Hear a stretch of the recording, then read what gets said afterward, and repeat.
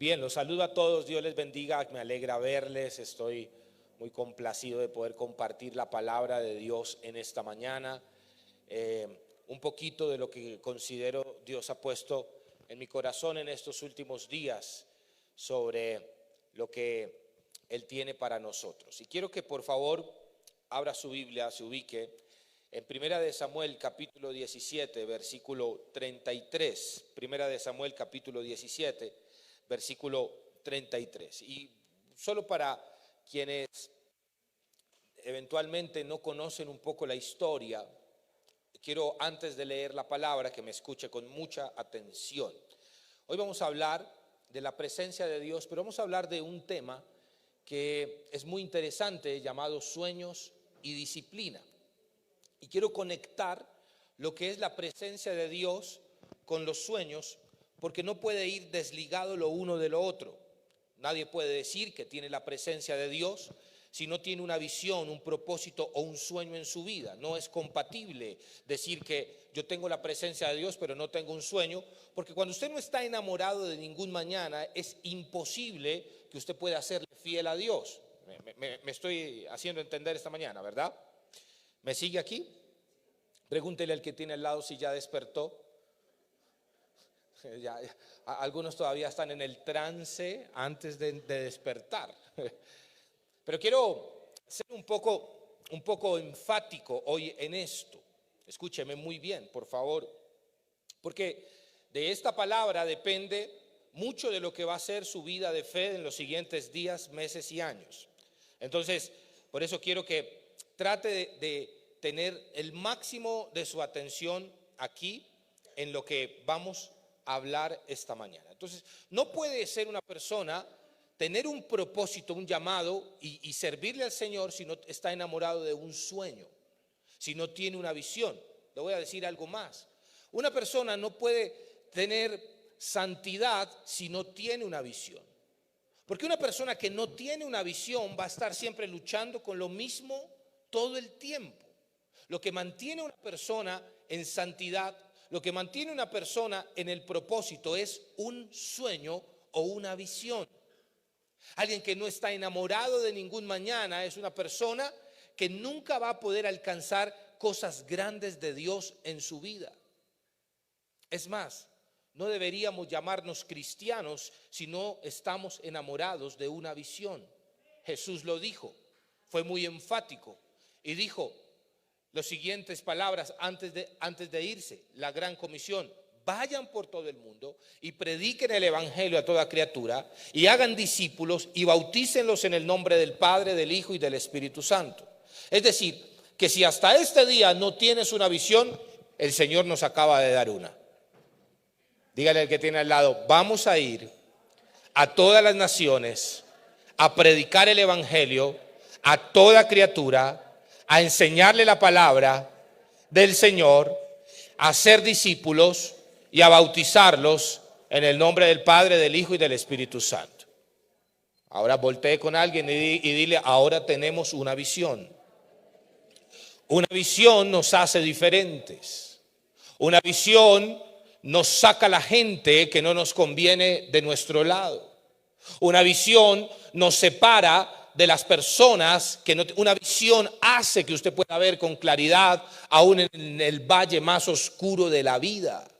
Una visión es lo que hace que usted se levante a las 4 de la mañana y pueda tener una mente lista para recibir una instrucción de Dios. Una visión es lo que hace que usted no pierda su tiempo. Una visión es lo que hace que usted pueda estar enfocado en la vida. Una visión es lo que hace que usted tenga una disciplina. Una visión es lo que hace que usted no sea un zángano en la divina colmena y no viva perdiendo el tiempo. No me diga que tiene una visión si usted pasa horas y horas de maratones en Netflix, horas y horas de videojuegos. Porque cuando usted hace eso, lo único que está revelando es que aún no tiene una visión. Una visión te hace valorar el tiempo, porque sabe, el que tiene una visión sabe que el recurso más importante que tiene se llama tiempo. Porque es el único recurso que no se renueva. Entonces, necesitamos tener una visión. En el pasaje que vamos a leer en Primera de Samuel 17, hay una historia muy particular. Es la historia de cómo un gigante, un filisteo, un paladín, se levanta a desafiar a los escuadrones de Dios. Pero hay que ir un poco más atrás en la historia. Israel tiene un líder, se llama Saúl, es el primer rey. Antes de Saúl, Israel no había tenido rey. Pero un día Israel vio a las otras naciones y dijo, nos queremos parecer a ellas. Y salió al Transmilenio y lo rompió y dijo, queremos rey, queremos el cambio, queremos el pacto. Y Dios no estaba de acuerdo con eso. Pero sin embargo, Dios le dice al líder que había en ese momento, llamado Samuel, un profeta, le dice, el pueblo me está pidiendo cambio, pues vamos a darle el cambio, a ver qué pasa. Porque quieren vivir sabroso, dijeron ellos. Y el cambio fue que eligieron a un hombre alto, bien parecido, bien mozo, seguramente el mejor hablado del país, el hombre más atractivo. Dice que de hombros para arriba no había ninguno de la estatura de ese hombre. Y el hombre es elegido por el pueblo, a voluntad del pueblo, y Dios no intervino allí. Entonces, cuando el hombre llega al trono, comienza a revelarse lo que había en su corazón. Comienza a revelarse que era un egoísta. Comienza a revelarse que él era un egocéntrico. Comienza a revelarse que era un hombre que no le importaba al pueblo. Comienza a revelarse que lo único que él quería era quedar bien consigo mismo y satisfacer sus deseos personales. Y nunca se preocupó por lo más importante, que era devolver la presencia de Dios al pueblo, a Jerusalén. Yo quiero decirle esto, mi querido, que usted puede tenerlo todo en la vida, pero que si usted no tiene la presencia de Dios, solo es un miserable viviendo tal vez en un palacio. Yo quiero decirle que cuando uno no tiene la presencia de Dios en su vida, uno es el hombre más pobre, aunque lo único que tenga sea dinero. Porque la presencia de Dios lo es todo, y Saúl nunca se preocupó ni se ocupó en traer la presencia de Dios. El arca del pacto años atrás había sido llevada cautiva por los filisteos. Le habían robado la presencia de Dios. Pero este hombre no se preocupó por eso. Era un desastre Saúl. Saúl tuvo la oportunidad más grande de su vida y no la valoró, no le importó. Saúl nunca se preocupó por decir necesito la presencia de Dios. Y cuando usted no tiene la presencia de Dios, se convierte en un Saúl. Saúl, que era un pusilánime, un cobarde, un mal líder, un necio, un tonto, un engreído. ¿Cómo dice la canción? Un mal hombre. El tipo había hecho todo mal. Y de pronto, una mañana, se levantan los filisteos y llaman a la guerra. Y se levanta un gigante y desafía a Israel. Y les dice estas palabras: denme un hombre que peleen contra mí. Imagínense eso. Israel lleno de hombres y el hombre y el gigante está diciendo: denme un hombre. Hay un hombre aquí que pelee contra. ¿Hay algún hombre? Eso nos tiene que pegar en la hombría de los hombres. Eso nos tiene que hacer un llamado. Es como que lleguen a la calle. Es que no hay, como que hay un montón. No hay ningún hombre que se atreva a pelear conmigo. Pero como es la cabeza, es el cuerpo. Como es el líder, es todo lo demás. Y como el líder de Israel era un mal hombre, engreído, un hombre orgulloso, un cobarde, eso hizo que sobre Israel hubiese un espíritu similar. Y durante un día, 2 días, 10 días, 20 días, 40 días, este hombre dijo las mismas palabras a un montón de cobardes que estaban escondidos, aplaudiendo con las rodillas. Ay, ¿quién va a pelear con ese tipo? Porque no eran capaces de enfrentar sus miedos. Mientras tanto, en el salón de la justicia, como en los superamigos de mi época. Había un muchacho cuidando ovejas y el papá lo llama y le dice: mijo, venga y llévele estos quesos, estas tortas, y mira a ver cómo están sus hermanos que están allá en la guerra. En la guerra era orinados del miedo allá porque este hombre los desafiaba. Y David se va desde su casa y llega hasta donde estaban sus hermanos, y en ese instante que David llega, escucha las palabras de ese gigante: no hay un hombre que se levante y pelee conmigo. Si yo lo venzo, ustedes nos sirven. Si él me vence, nosotros le serviremos. No hay un hombre. Y cuando David escuchó, muchacho de 15 años, un monito, bonito, eso sí, como quien les habla. ¿Por qué se ríen? No entiendo. Echa como 5 chistes antes y nadie se ríe. Y cuando digo algo serio y verdadero, indiscutible, ahí sí, ¿no? Como mi Jonás, mono, salió, papá, mono, grande, bonito. Escuche, David se encendió en ira y dijo: ¿quién es ese incircunciso? Es decir, ¿quién es ese que no tiene la presencia de Dios, que se atreve a desafiar a los que tenemos la presencia de Dios? O sea, ¿quién es ese que nunca ha conocido al Dios, que se atreve a desafiar a los escuadrones del Dios viviente? No hay uno. Yo voy a ir a pelear. Y el hermano mayor le dice: ey, cálmese. Usted es un chismoso. Usted solo vino a ver aquí la pelea. Sapo, lambón. Como los hermanos se tratan, ¿no?, con esas palabras de cariño, ¿no? Sapo, lambón, quite de acá, vaya para allá. ¿Quién lo llamó? ¿Quién pidió tintos? Así se tratan los hermanos, ¿no? Y la oración que uno hace cuando es chiquito es siempre: Señor, ¿por qué nos das hermanos? La oración de los hermanos. Hay un derecho indiscutible. El único que puede maltratar al otro es el hermano, ¿no? Cuando lo maltrata a uno, el hermano lo defiende. Pero David se va y dice: yo solo estoy diciendo. Y vuelve y pregunta: ¿quién es ese? ¿Qué le darán al que venza? Y esas palabras de pronto se vuelven en un mensaje que corrió hasta los oídos de Saúl. Y cuando Saúl escucha: hay alguien que se atreve, Saúl dice: llámenme al muchacho. Y cuando mira al muchacho, dice entonces, 1 Samuel 17:33, Saúl dijo a David: tú no puedes ir contra este filisteo a pelear con él, porque tú eres un muchacho y él ha sido un guerrero desde su juventud. Tremendo.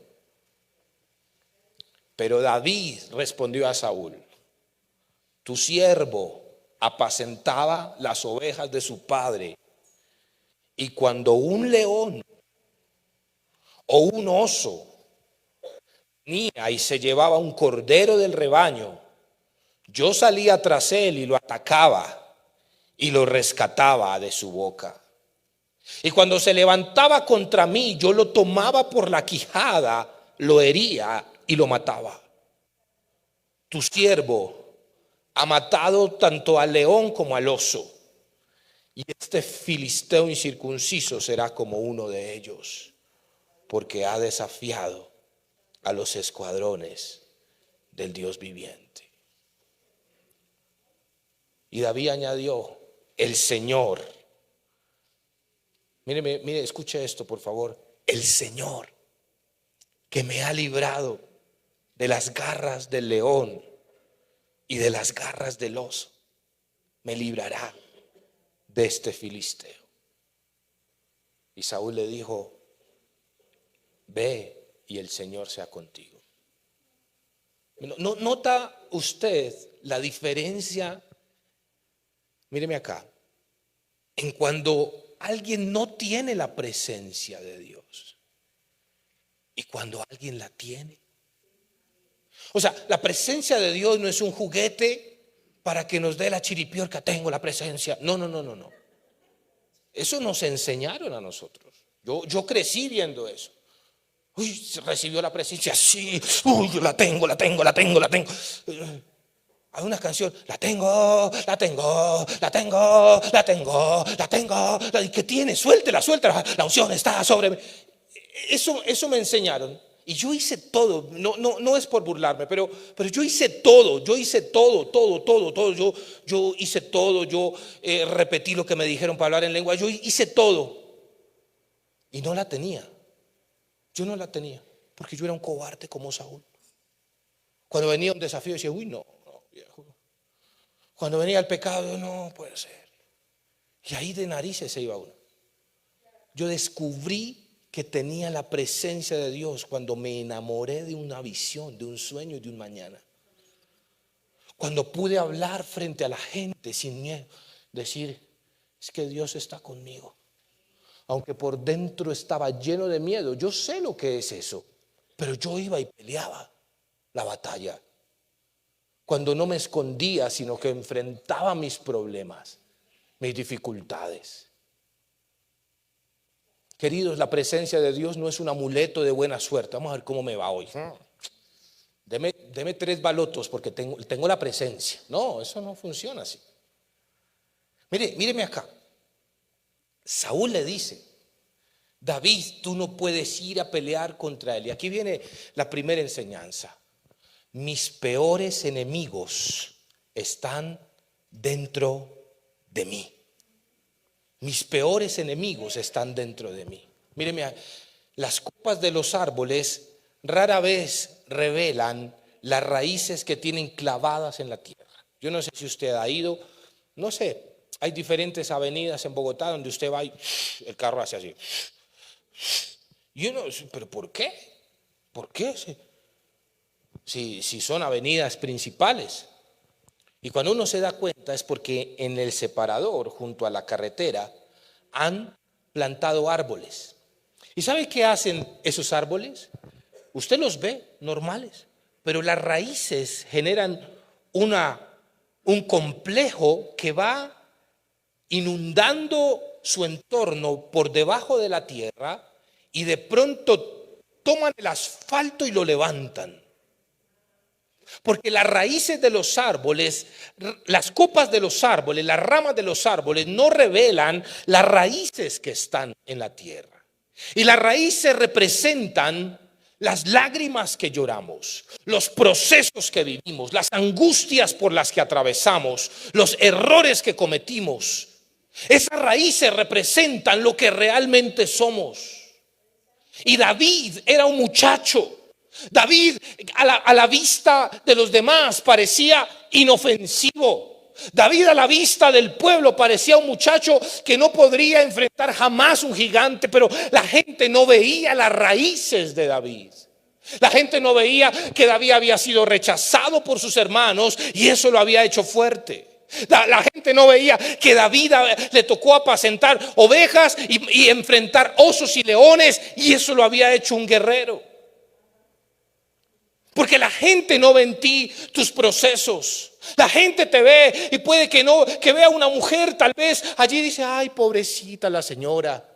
Pero la gente no ve que tú eres una guerrera, que has enfrentado cosas tremendas, que has levantado a tus hijos tú sola. La gente no ve las lágrimas que tú has pasado, los procesos que has vivido. La gente no ve que en ti hay una guerrera, una leona que no va a dejar nunca perder su familia. Y eso es lo que vale. Y esa es la presencia que tienes, lo que te hace diferente. No lo que la gente ve. Puede que la gente vea en ti una leona porque te levantas así con el pelo. Ay, se levantó la leona. Y se va para la peluquería y llega como un gatico así cuando la mamá la peina con la lengua.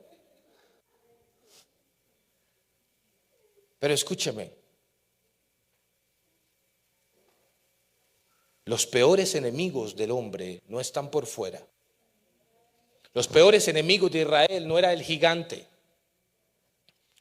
El peor enemigo de Israel era que ellos habían creído cosas falsas y mentirosas. Y yo necesito dudar de las falsas creencias que he construido. Usted necesita hoy dudar de las falsas creencias que usted mismo ha construido. Israel no sabía lo que tenía. Israel tenía un mal líder. ¿Por qué David pudo enfrentar al gigante? Le voy a explicar en unos minutos. Porque David no tenía falsas creencias. ¿Cuáles las falsas creencias?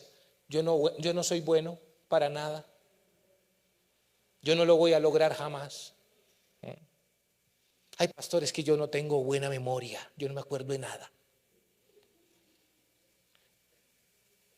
Yo no tengo futuro.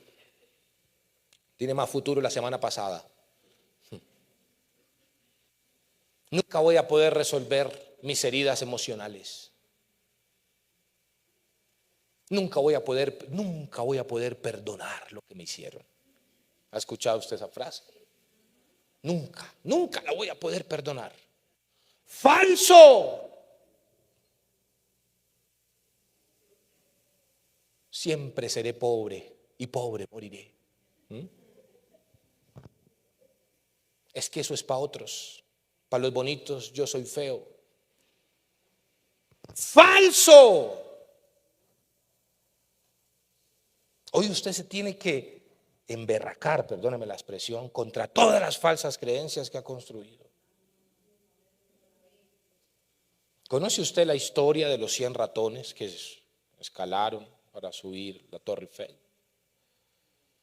La mayoría de ellos se desplomaba a los 10 metros.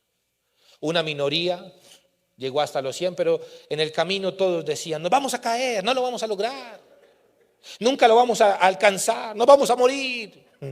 Pero uno llegó, escaló, llegó a la cima, y cuando llegó a la cima todos querían entrevistarlo, qué había pasado, para saber cuál era el secreto, y descubrieron que era sordo. No podía oír lo que los demás decían. Y el fenómeno que lo ayudó a lograr esa hazaña, ese prodigio, es que no oyó el pesimismo de sus amigos. ¿Sabe cuál fue el fenómeno que ayudó a David a matar al gigante? Que nunca le prestó el oído al diablo, que nunca le prestó el oído al gigante. Que tan pronto el gigante dijo las palabras, dijo: ¿y quién es ese que se atreve a desafiar? O sea, ustedes están aquí escondidos mientras un desgraciado está pidiendo un hombre. ¿Dónde están los hombres aquí? ¿No hay hombres? Yo voy, yo soy un hombre. Y fue a pelear. ¿Cuántos de ustedes han desistido de los sueños que Dios ha puesto en su corazón porque alguien les dijo que ustedes no lo iban a poder lograr? ¿Cuántos de ustedes no renunciaron a algo porque le prestaron el oído a alguien? Aún a los de su propia casa, porque el primero que le dijo a David que era un chismoso fue su hermano mayor. Entonces usted va y presta sus oídos a la gente incorrecta y le pasa el fenómeno de los ratones. No lo voy a lograr, me devuelvo mejor. Aquí estoy más cómodo. Porque siempre será mejor para muchos estar más cómodo en su zona de confort que arriesgar. ¿Alguien tiene $1.000.000 por ahí que me preste, que necesito? ¿Nadie tiene acá $1.000.000? Son como 4.000 millones de pesos más o menos. ¿Alguien tiene por ahí? Entonces, ¿qué tiene que perder? Porque si usted dice: pastor, es que yo tengo $1.000.000. Y si arriesgo a arriesgar $1.000.000, pues si usted no los tiene, usted no tiene nada que perder.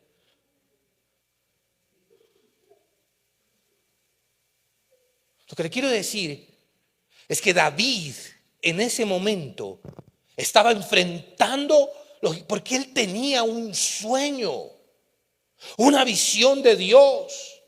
Y hay millones de seres humanos silenciados. Hay millones de seres humanos amarrados, no por falta de capacidad, sino porque son esclavos de las ventanas de su mente que son traumáticas y de las palabras del enemigo, de las mentiras de Satanás que les ha dicho: no tienes futuro, no lo vas a lograr. Ese gigante te va a hacer pedazos. Cuando tú tienes, porque hoy el tema es la presencia de Dios. Cuando tú tienes la presencia de Dios, tú hablas como David. Tú dices: Dios está conmigo. Si era un león, el Señor me daba la fuerza para ir. Si era un oso, usted sabe lo que es enfrentar un león. Mire, David no los enfrentaba solamente. David los perseguía. Esto es increíble. David estaba cuidando las ovejas, tocando con su arpa. El Señor es mi pastor, nada me falta. Y pum, venía el león. Por allá la abeja, me. ¿Qué pasó? Y veía al león. ¿Y quién persigue un león? Está loco el que persigue a un león. David lo perseguía. Dice: yo iba tras él y le decía: bueno, viejo, negociemos. Señor león, devuélvame la oveja para no tener que verme en la penosa obligación de arrancársela de la jeta y después de cogerlo de la jeta y rompérsela y matarlo. Valiente negociación, ¿no? Y el león, y David, dice que lo agarraba, iba por la oveja y se la arrancaba de la boca. Yo quiero decirte esto, mire, nunca menosprecies las cosas que haces. A veces menospreciamos lo que hacemos porque es que nadie me ve. Como nadie me ve, entonces barramos y tapemos, porque nadie me ve. Eso es ser cobarde, porque Dios nos ve. Mira, ¿sabes? Nadie aplaudía a David sus actos de valentía y de gallardía. Como puede que a ti lo que tú hagas nadie lo vea o nadie lo aplauda, sea invisible. Puede que nadie conozca tu nombre porque seas invisible. ¿Ha visto usted que hay gente que para muchos es invisible? El que te limpia el vidrio en el semáforo, ese solo es visible cuando de repente no solo limpia, sino que también roba, y ahí sí, ¡ay, era un ladrón! Se volvió visible, porque de resto nadie los ve. La gente solo hacemos para allá. Ya sabemos. ¿Sabe usted qué es ser invisible? Hay mamás que son invisibles. Solo son visibles cuando no está la comida lista. Mamá, ¿dónde está la comida? Y ahí sí sale el león. Y un día de esto la mamá lo va a coger como David, de la quijada, y le va a decir: pues hágala usted mismo, cabezón. Y ahí la mamá es visible. Porque ya no te lava los calzones. Ahí es visible cuando usted llega y se va a cambiar y no tiene calzones limpios. ¿Y ahora qué hago? Mamá. La mamá le toca ensuciarse las manos y lavarle, limpiarle. Pero mientras eso está y todo es invisible. Los jóvenes se dan cuenta que no hay mamá cuando van a entrar a internet y no hay internet. ¿Por qué no hay internet? ¿Y ahora qué voy? Y entran en shock. Y la mamá le dice: mijo, pues trabaja y pague, porque ¿cómo hacemos? No es que vale 120,000 la mensualidad del internet para que bebé tenga Netflix.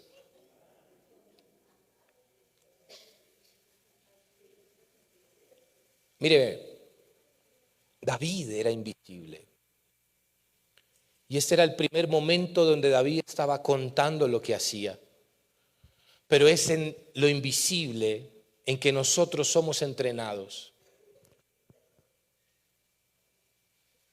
Yo ya voy como en el cuarto slide. Y mis amigos invisibles de atrás no han pasado el primero. Ahí vamos. Míreme.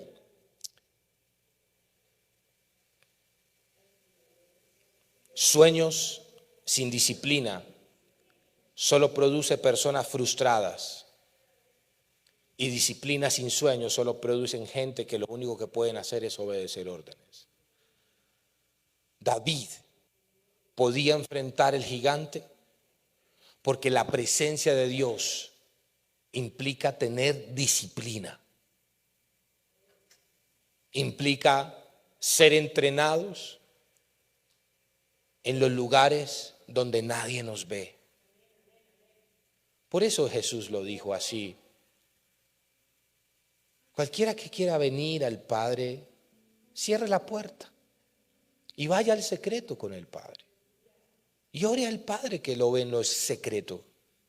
Y tu Padre que te ve en lo secreto te va a recompensar en público.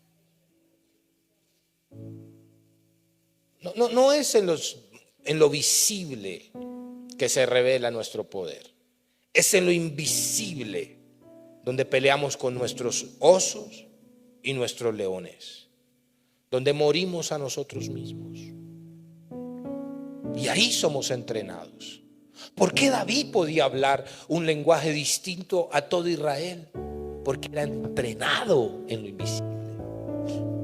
Y tú hoy estás aquí, puede que la gente de tu trabajo no vea esto, puede que tu familia ignore que tú estás aquí, puede que la gente menosprecie esto, puede que la gente menosprecie tu fe, menosprecie tu congregarte, menosprecie lo que tú haces.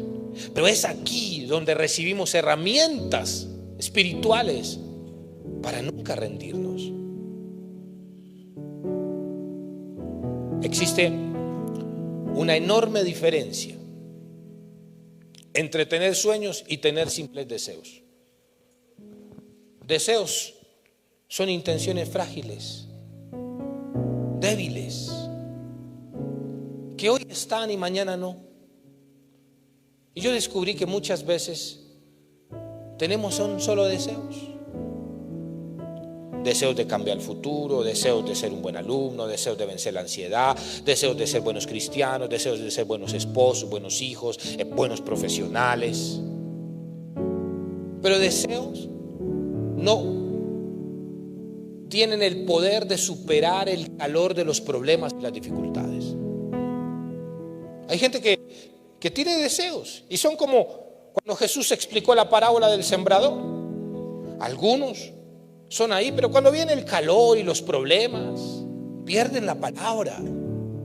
Y entonces se enojan y comienzan a hablar en otras lenguas que no son angelicales, sino son unas lenguas raras. Y uno dice: wow, pero qué lenguaje. Porque no tienen profundidad en sí, solo tienen deseos. Solo tienen deseos. Y eso es débil, ¿sabe? David no tenía deseos, David tenía un sueño. ¿Sabes cuál fue el sueño de David? Que un día su pueblo Israel volvería a tener la presencia de Dios. Que un día iban a recuperar el tesoro más preciado de Israel, traer el arca del pacto y hacer un templo donde podrían adorar al Señor. Por eso la Biblia dice que Él va a restaurar el tabernáculo, no de Moisés, sino de David. Porque David entendía, David tenía un sueño, no solo deseos. Yo quiero que usted no se enamore de un deseo, yo quiero que usted se enamore de un sueño, de una visión de Dios. Porque si usted solo se enamora de un deseo, el deseo hoy está y mañana ya no.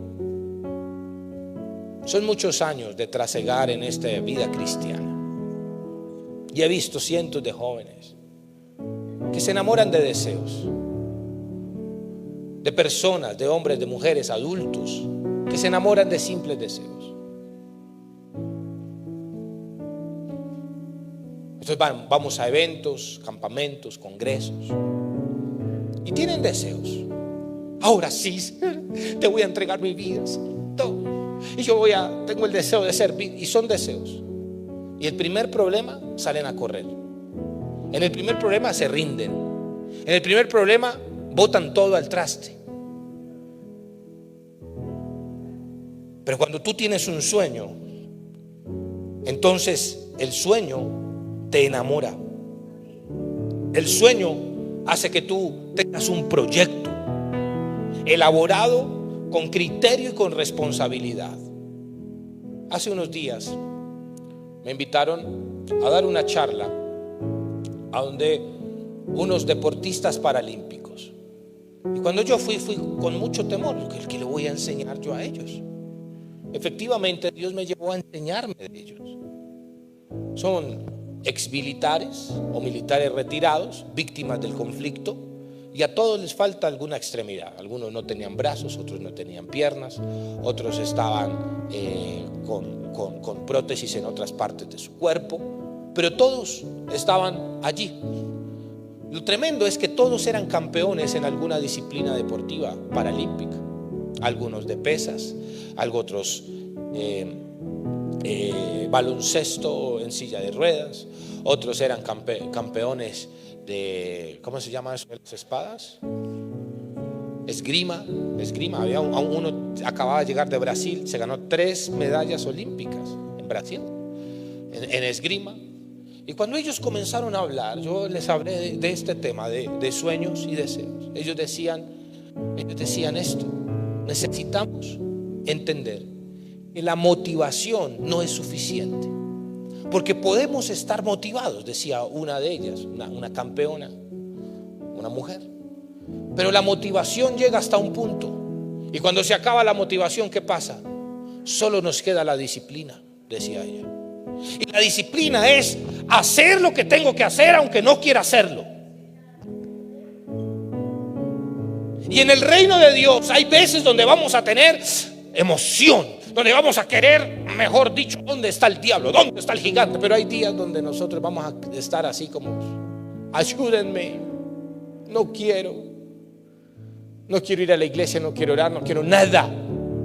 Y ahí es donde necesitamos disciplina. Si usted solo tiene deseos, hasta ahí llegó. Pero si usted tiene un sueño, usted tiene una estrategia elaborada con criterio y responsabilidad para decir: vamos a seguir, no nos vamos a quedar aquí.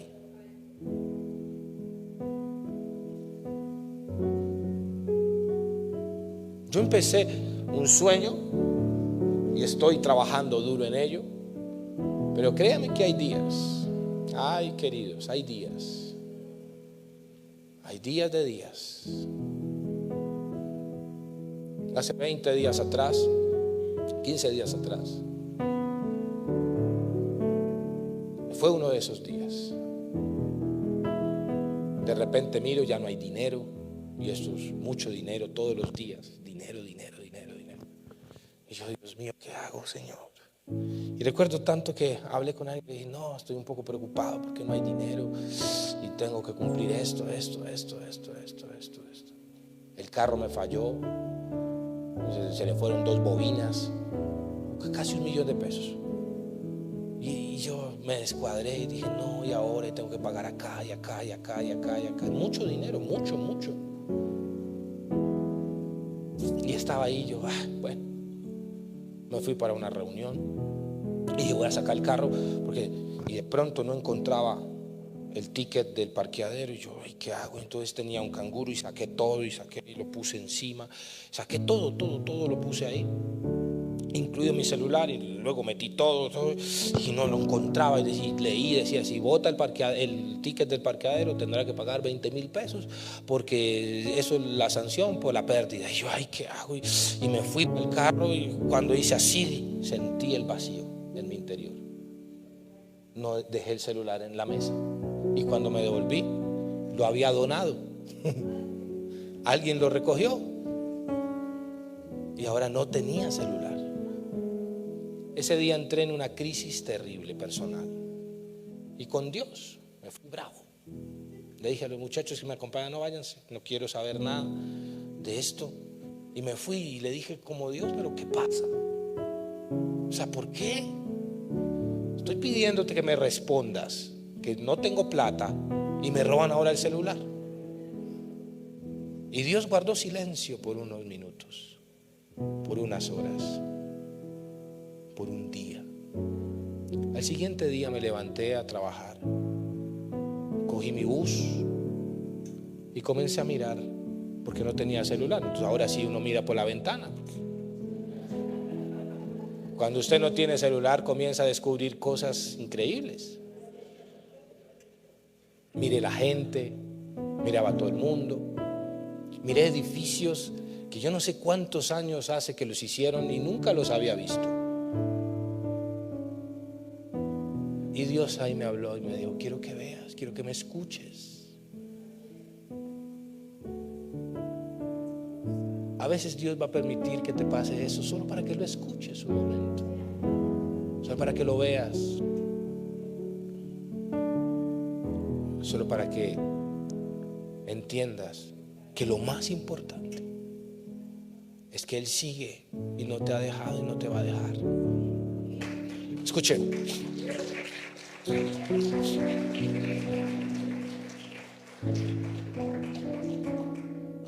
En ese momento también Dios me decía: vas a seguir en esa visión aunque hoy no tengas un peso en el bolsillo,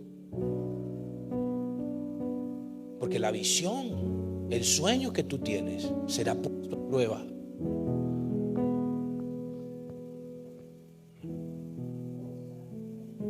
Y ahí es donde tú tienes que decir: ¿es un mero deseo o es un sueño? David quería alcanzar cosas y ese era el momento donde, usted sabe la historia, David mató al gigante, pero unas semanas después de que la gente lo adoró, ahora estaba siendo perseguido en una cueva, en un desierto. Y ahí es donde nuestros sueños son puestos a prueba. Voy concluyendo. Entienda que la suerte despierta a las 6 de la mañana, a las 5, a las 4. Hay gente que cree que la presencia de Dios es como un amuleto de la buena suerte. Son supersticiosos. Señor, y esta mañana oré, pero por si las moscas también me persino. Porque creen que la presencia de Dios es un amuleto. Y la presencia de Dios no tiene que ver con suerte. La presencia de Dios tiene que ver con lo que yo hago, con la disciplina que yo tengo, haya o no haya, tenga o no tenga. Y cuando digo que la suerte despierta a las 6, 5, mi mamá dice que a las 4, es entender que la suerte es la boda entre el coraje con la oportunidad, entre la valentía y la oportunidad. Muchos somos tentados a decir: uy, qué buena suerte tiene ese, uy, qué buena suerte tiene aquel, pero no logramos ver que en los bastidores de su historia fueron personas que se enfocaron, fueron personas que sacrificaron, fueron personas que se disciplinaron, fueron personas que se esforzaron, fueron personas que vencieron sus enemigos internos, fueron personas que hicieron cosas tremendas, que se determinaron.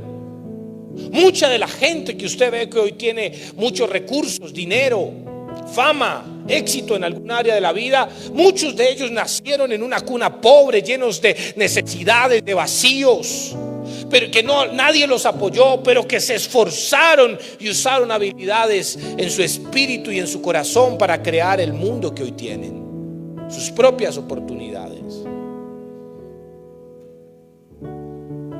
Usted ha usado sus oportunidades, sus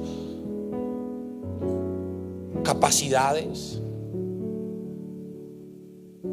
A esta iglesia llegó una niña con 14 años. Ella, con 2 hermanos, había perdido a su mamá, desaparecida. Y yo recuerdo que yo era muy pequeño aún, pero ella tenía un sueño: servirle al Señor, ser una empresaria, cantar para el Señor. ¿Sabe qué hacía esa niña? Hacía sándwiches y se iba al colegio y vendía, y con eso se pagaba sus transportes, sus estudios y los de sus hermanos. Servía, cantaba. ¿Sabe? Años más tarde, esa niña, sin el apoyo de su papá, con su mamá perdida, tuvo un hijo que nació muy prematuro y perdió la visión. Y ahí es donde uno dice: ¿dónde está, Señor?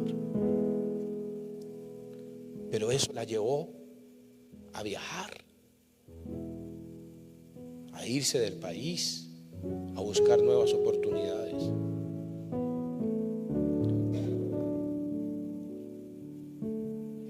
Y esta semana yo pensaba en ella, porque nunca se rindió. Y hoy Dios la ha bendecido, es la esposa de mi hermano.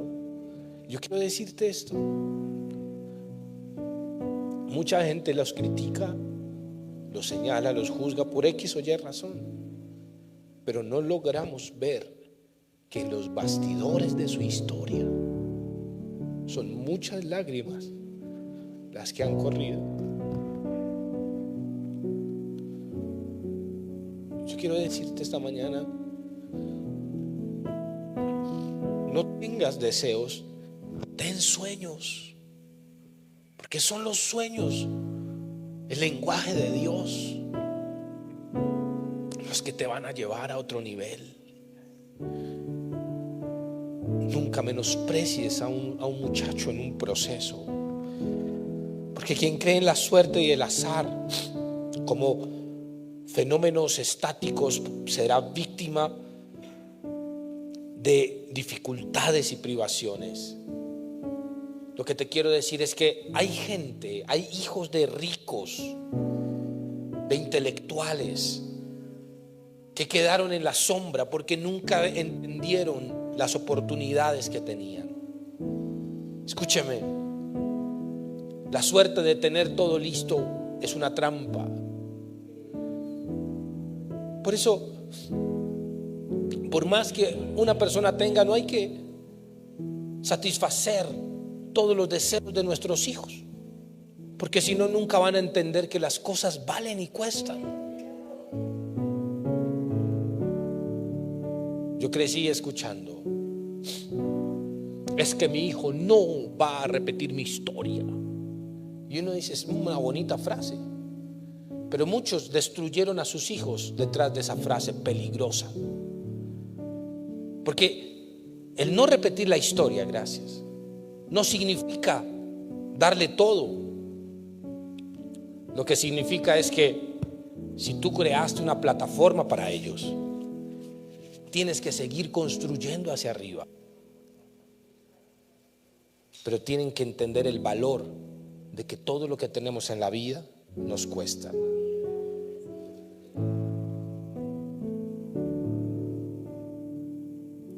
Para terminar,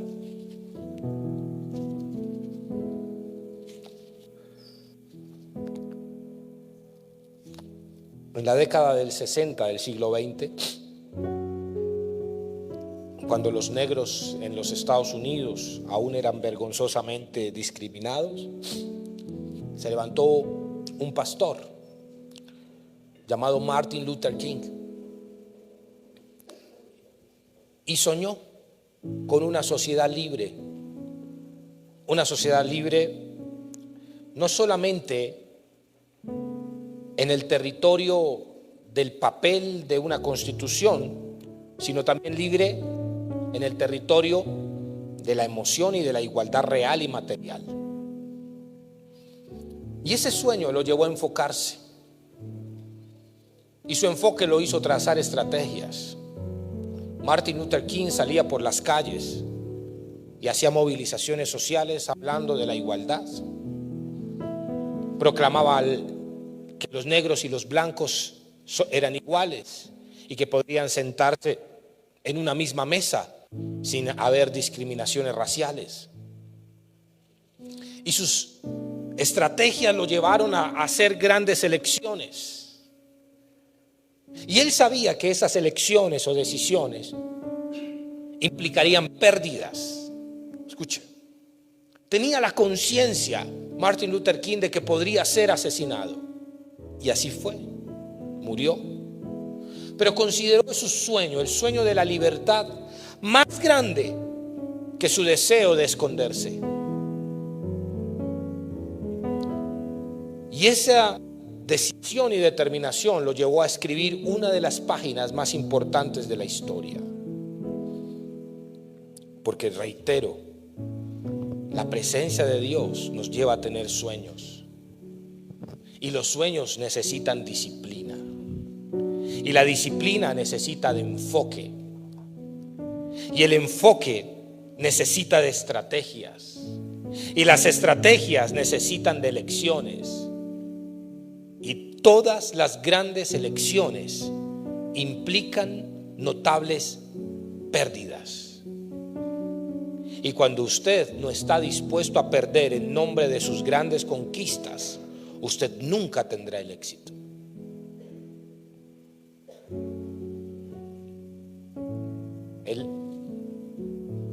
El destino no es algo inevitable. El destino muchas veces es cuestión de decisiones, de elecciones.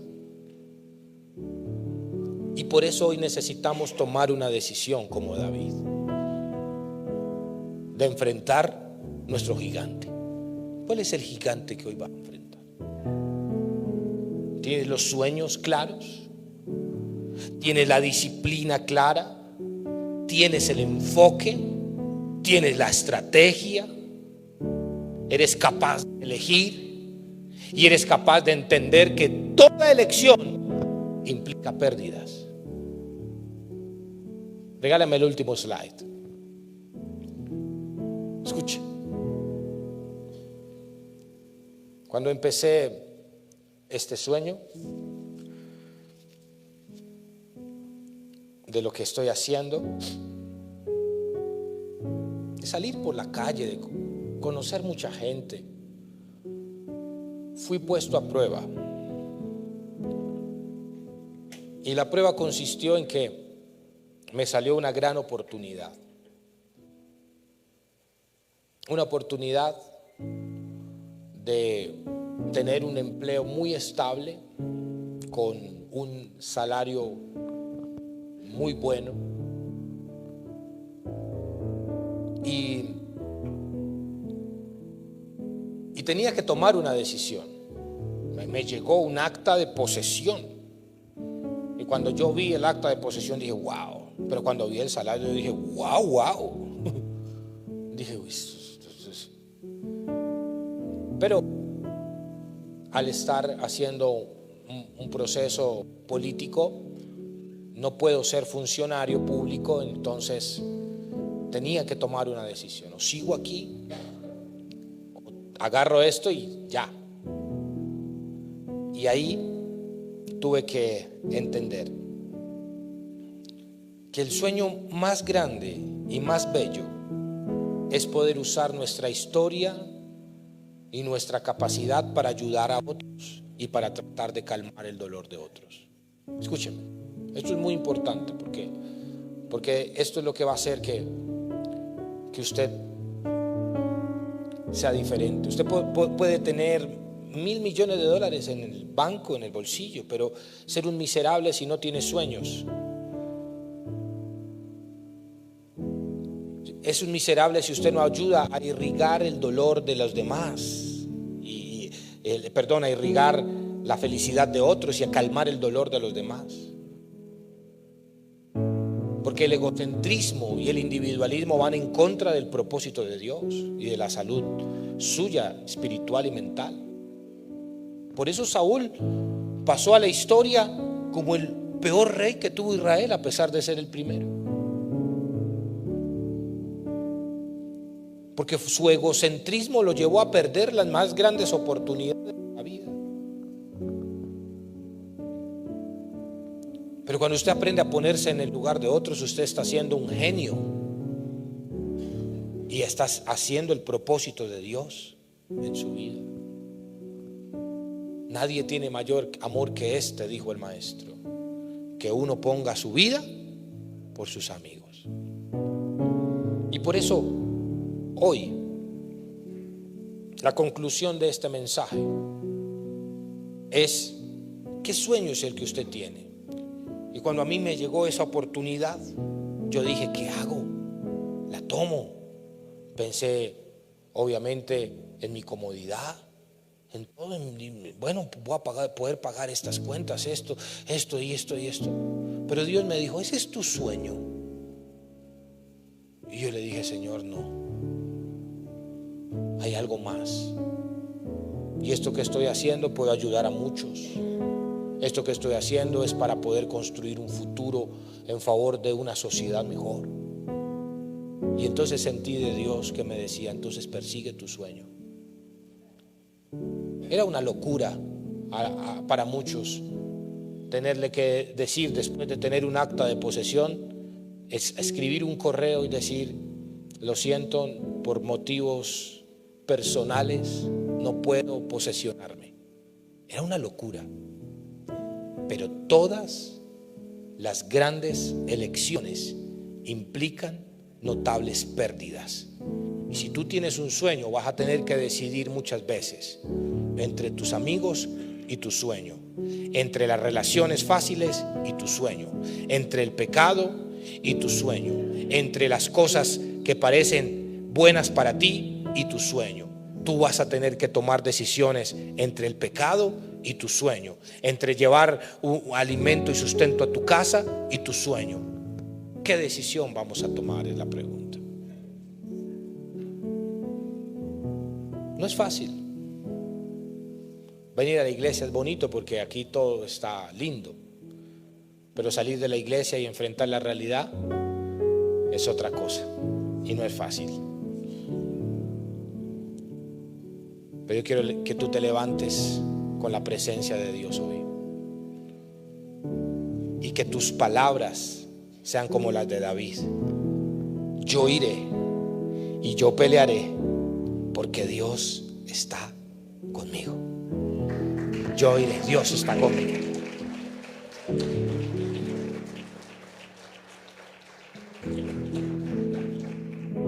Póngase de pie, por favor.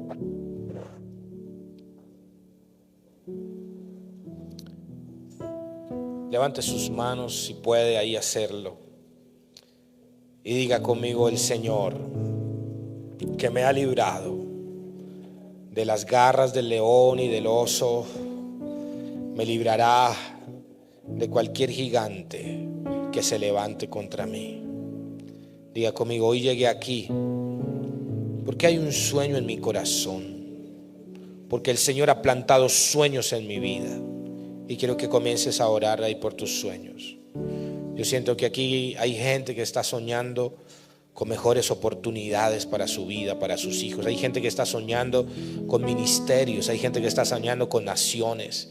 Hay gente que está soñando aquí con negocios. Hay gente que está soñando aquí predicando la palabra, cantando, sirviendo. Hay gente que está soñando aquí con hacer empresas. Hay gente que está soñando aquí con predicar la palabra de Dios a través de las tecnologías. Hay gente que está soñando aquí con ver una familia, con formar una familia, una esposa, unos hijos. Hay gente que está soñando aquí con levantar a sus hijos para el reino de Dios. Hay gente que está soñando aquí. Yo no sé cuál es el sueño que tú tienes en tu corazón, pero ese sueño hoy Dios lo está irrigando con esta palabra. Ese sueño que te han dicho es imposible lograrlo, hoy el Señor está levantándose a tu favor y te está diciendo: yo estoy contigo y yo te voy a dar la victoria.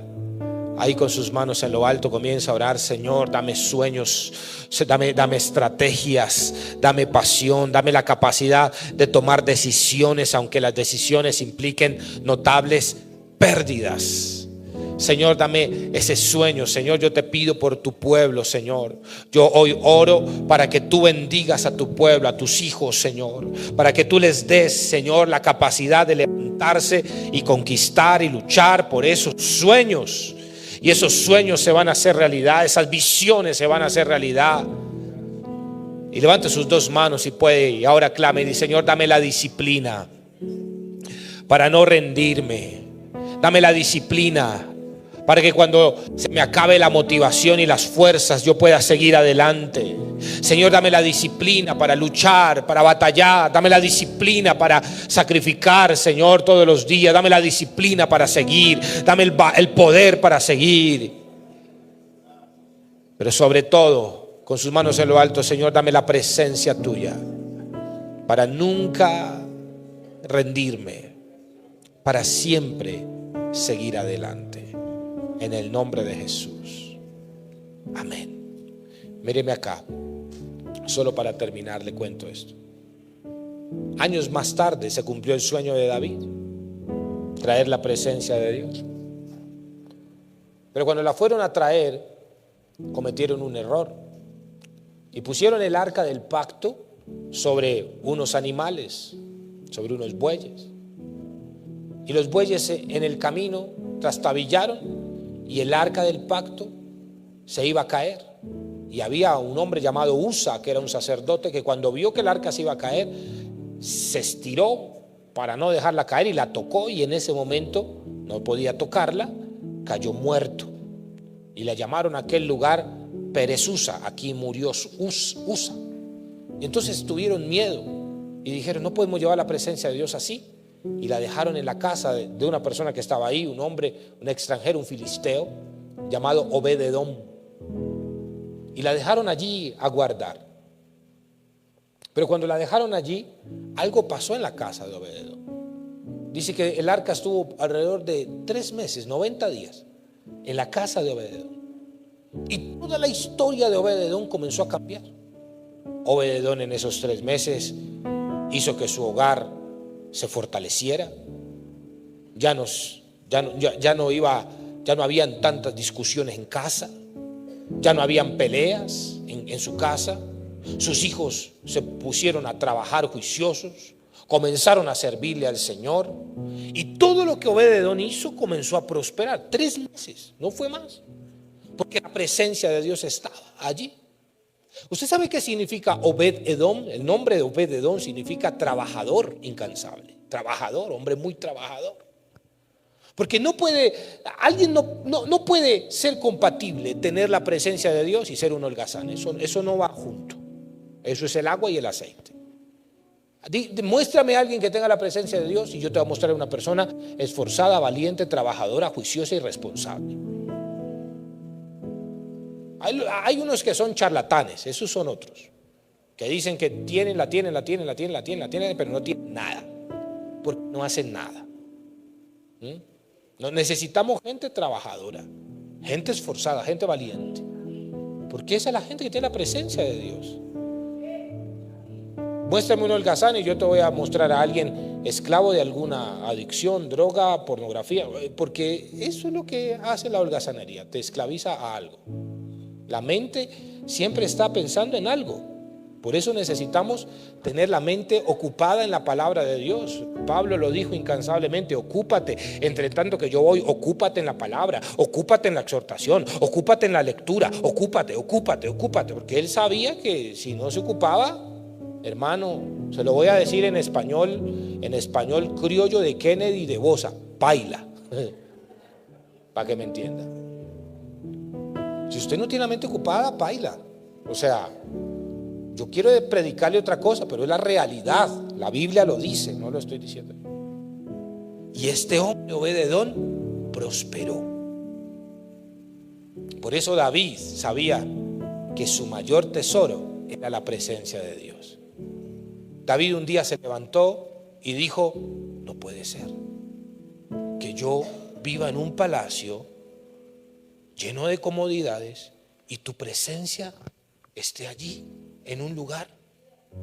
Yo necesito hacer un lugar digno para tu presencia. Un día David se levantó y dijo: no puede ser que yo esté aquí y el gorrión y la golondrina hayan hecho nido cerca de tu altar, Señor.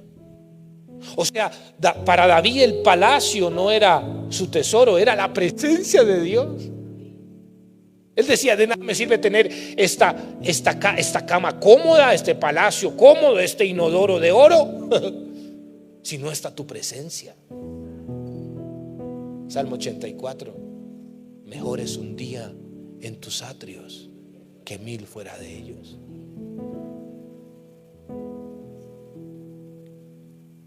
Eso lo cantaron los hijos de Coré, porque ellos sabían lo que era haber estado años fuera de la presencia de Dios. ¿Sabe cuándo tú aprendes a valorar la presencia de Dios? El día que la tuviste y un día la perdiste. Cuando te levantas y ya no tienes paz. Cuando te levantas y ya no sientes. Cuando ya te da lo mismo todo. Ese día, cuando entras en esas crisis terribles de ansiedad, de angustia, porque ya no está la presencia, entonces ahí sientes una de las batallas más grandes que tiene nuestra sociedad actual. Es la batalla contra la angustia, la tristeza, la ansiedad y la depresión. Esto no es un chiste, esto es lo más serio que estamos viviendo. Y hay un antídoto. Yo estoy hablando de esto en muchos lugares, pero yo sé que el antídoto es que podamos volver a la presencia de Dios. Que la presencia de Dios vuelva a ministrar nuestros corazones hasta lo profundo. Que podamos sentir esa presencia que nos llena. Y por eso quiero decirte, ama esa presencia y llévala.